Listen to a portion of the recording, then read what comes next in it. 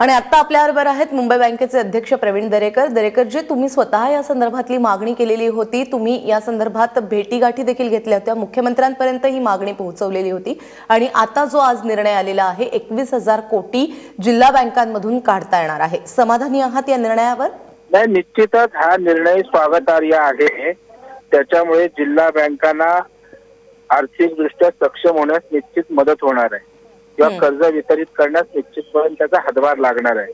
परंतु आमची मागणी जी आहे, जिल्हा बँकांचा जो व्यवहार आहे खातेदारांचा, तो जर बँकांमध्ये पैसे घेणं देणं, कारण शेवटी 500 कोटी 500 रुपये किंवा 1000 रुपयाच्या नोटावाल्यांना आमच्याकडे जर भरता आले नाहीत किंवा ट्रान्झॅक्शन करता आलं नाही तर शेवटी हे खातेदार दुसरीकडे जातील आणि त्यामुळे तेही होणं तितकंच आवश्यक आहे.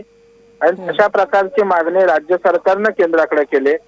जेटली साहेबांकडे आम्ही तसेच वेगवेगळ्या पक्षाच्या नेत्यांनी मागणी केली आणि त्यामुळं ती मागणीही आम्ही अपेक्षित आहोत की ग्रामीण भागाला आणखी त्या ठिकाणी सहकारी अर्थव्यवस्था मजबूत होण्यास मदत होऊ शकते.